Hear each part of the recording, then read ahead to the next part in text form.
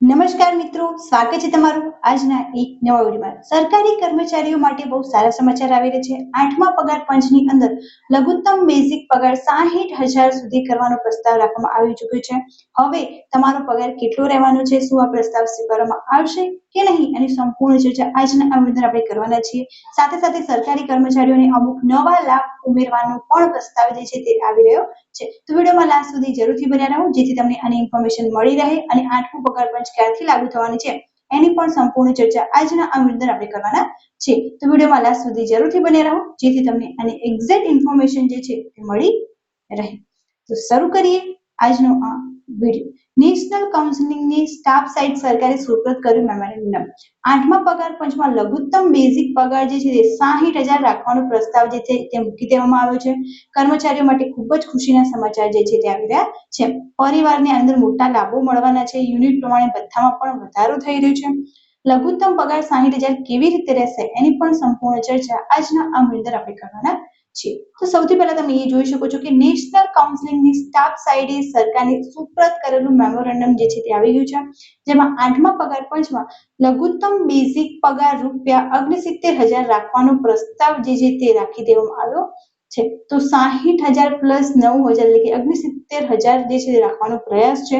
સરકારી કર્મચારીઓના પગારમાં મોટા ફેરફારની માંગ અંગે 8મા પગાર પંચથી જોડાયેલ એક મહત્વપૂર્ણ ભલામણ સામે આવી છે।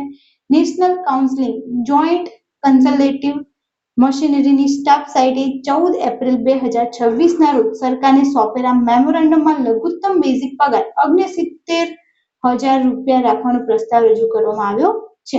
કર્મચારીઓના પરિવારને 3 યુનિટ ગણવાને બદલે 5 યુનિટ ગણવાની પણ ભલામણ કરવામાં આવી છે। તો અત્યારે જે છે તે કેન્દ્રીયકૃત કર્મચારીઓ માટેની વાત ચાલી રહી છે। જ્યારે પણ કેન્દ્રીયકૃત કર્મચારીઓ માટે આ પગાર લાગુ થશે એના થોડા ટાઈમ બાદ જે સ્ટેટ લેવલના કર્મચારીઓ છે એમના માટે પણ આ ભથ્થા લાગુ થઈ જવાના રહેશે।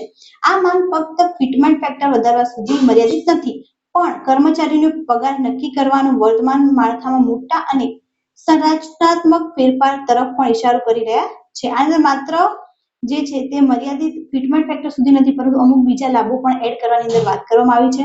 8મા પગાર પંચે પોતાના ઓફિશિયલ પોર્ટલ અને માયજીઓવીની પ્લેટફોર્મ પર હોસ્ટ કરવા આવેલ એક સ્ટ્રક્ચર્ડ ક્વેશ્ચનર દ્વારા એમ્પ્લોઈઝ, પેન્શનર્સ અને સ્ટેક હોલ્ડર પાસેથી જે છે માહિતી માંગી છે। મેમોરેન્ડમમાં જણાવવામાં આવ્યું છે કે લઘુત્તમ પગાર એક સાયન્ટિફિક લિવિંગ વેજ ફોર્મ્યુલા પર આધારિત હોવો જોઈએ, જેમાં ખોરાક, ઘર, ભણતર, હેલ્થકેર અને પરિવારને 5 યુનિટ જે છે તે પણ મળવાના છે। ટ્રાન્સપોર્ટેશન, ટેકનોલોજી અને ડિજિટલ જરૂરિયાતો સામેલ હોવો જોઈએ। પરિવારને 3 યુનિટ માનવાની વર્તમાન સિસ્ટમ સમાપ્ત થવી જોઈએ। ઓફ 5 યુનિટ થવા જોઈએ। આ ફેરફાર એ હકીકતને દર્શાવે છે કે અનેક સરકારી કર્મચારી પોતાના જીવનસાથી અને બાળકો સાથે પોતાના અને પરિવારને 5 યુનિટ માનવું જોઈએ।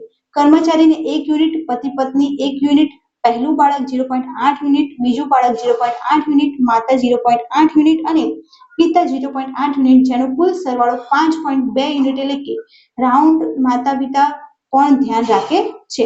મેમોરેન્ડમમાં જણાવવામાં આવ્યું છે કે આવી જવાબદારીને maintenance and welfare of parents act, senior citizen act જેવા કાયદાકીય નિયમોનો સપોર્ટ પણ છે। તો હવે કર્મચારીઓને 5 યુનિટ જે છે તે મળવા જોઈએ, જેથી એમના કર્મચારીના વેતન અંદર મોટો વધારો થઈ શકે છે। કર્મચારી 1 યુનિટ ગણવામાં આવે, પતિ પત્નીને 1 યુનિટ, પહેલું બાળક 0.8 યુનિટ, બીજું બાળક 0.8 યુનિટ, માતા 0.8 યુનિટ અને પિતા 0.8 યુનિટ, જેનો સરવાળો 5.2 થાય છે, એટલે કે 5 યુનિટ પ્રમાણે જે છે એમને ભથ્થું મળવું જોઈએ। તો આમ આ યુનિટની અંદર પણ વધારો કરવાની માંગ થઈ રહી છે અને બેઝિક પગાર પણ જે છે તે 69,000 થી શરૂ કરવાની માંગ કરવામાં જે છે આવી રહી છે। તો આ વિડીયોને વધુથી વધુ શેર કરી દો, જેથી જે સરકારી કર્મચારીઓ છે એમને માહિતી મળી રહે કે એમને માટે કેવો પ્રસ્તાવ જે છે તે તરફ લાગુ કરવામાં આવી રહ્યો છે। Thank you so much for watching.